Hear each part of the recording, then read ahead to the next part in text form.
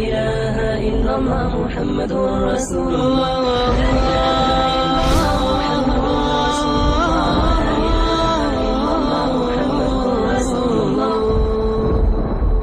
غالباً حضرت حذیفہ تھے، نام میں ذرا بھول رہا، رضی اللہ عنہ، ایک صحابی رسول.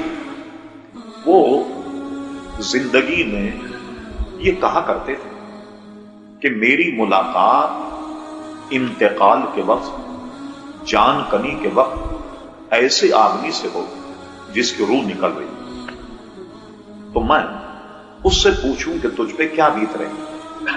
اس نے اتفاق کہی ایسا تو کوئی آدمی نہ ملا تو ان کی ملاقات مرتے وقت ہو اور وہ اس سے پوچھے کہ جان کنی کا کیا حال. اس طریقے سے روح نکل رہی. خدا کرنا دیکھی ان کی موت کا وقت آ گیا. جب ان کی موت کا وقت آیا، ان کی یہ بات ان کے صاحبزادے سنا کرتے تھے، بار بار یہ کہتے. وہ ان کے پاس آ گئے. انہوں نے کہا ابا، آپ کو تو کوئی عقل مند نہیں ملا کہ آپ اس سے پوچھیں کہ موت کیا ہے اور کیا معلوم ہو رہا. آپ سے بڑھ کے عقل مند کون ہوگا؟ تو آپ ہی بتائیے کیا محسوس کر رہے ہیں. جب جان کنی کا وقت ہے تو والد ماجد کہتے ہیں، جو صحابی رسول، کہا بیٹے دیکھ میرا منہ کتنا بڑا ہے، ناک کے نتنے کتنے بڑی.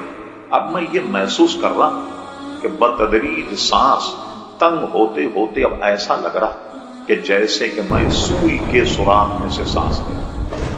جب آخری وقت جب آتا تو آدمی پر اس کا عرصہ حیات اتنا تنگ ہو جاتا، سانس اتنی تنگ ہو جاتی کہ ایسا لگتا ہے کہ گویا وہ سوئی کے سوراخ میں سے سانس لے رہا ہے.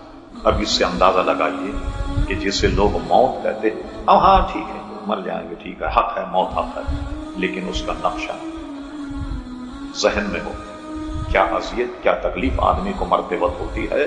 تو عزیزان گرامی، آدمی کبھی کسی برائی کی طرف نہیں جاتا. یہ موت کا تصور اگر آدمی کے ذہن میں بیٹھ جائے، اس لیے مشائخ اور صوفیہ فرماتے ہیں کہ جب تمہارا نفس کسی برائی کی طرف تمہیں لے جائے، کسی برائی کی جانب رغبت کرے، کسی برائی کی جانب تمہیں مائل کرے کہ یہ گناہ کرنا چاہیے، تو فرماتے ہیں موت کو یاد کرو، وہ ذہن سے برائی نکل جائے. جس اقدام کو کرنے والے اس کے قریب نہیں جاؤ گے اگر موت کا تصور تمہارے ذہن میں ہے. اور پھر نہ جانے کس حال میں آ جائے، آپ کس حال میں، کس معاملے میں، اور اچانک موت آ جائے. اور اس کا ایک وقت معین ہے اور جگہ بھی معین ہے.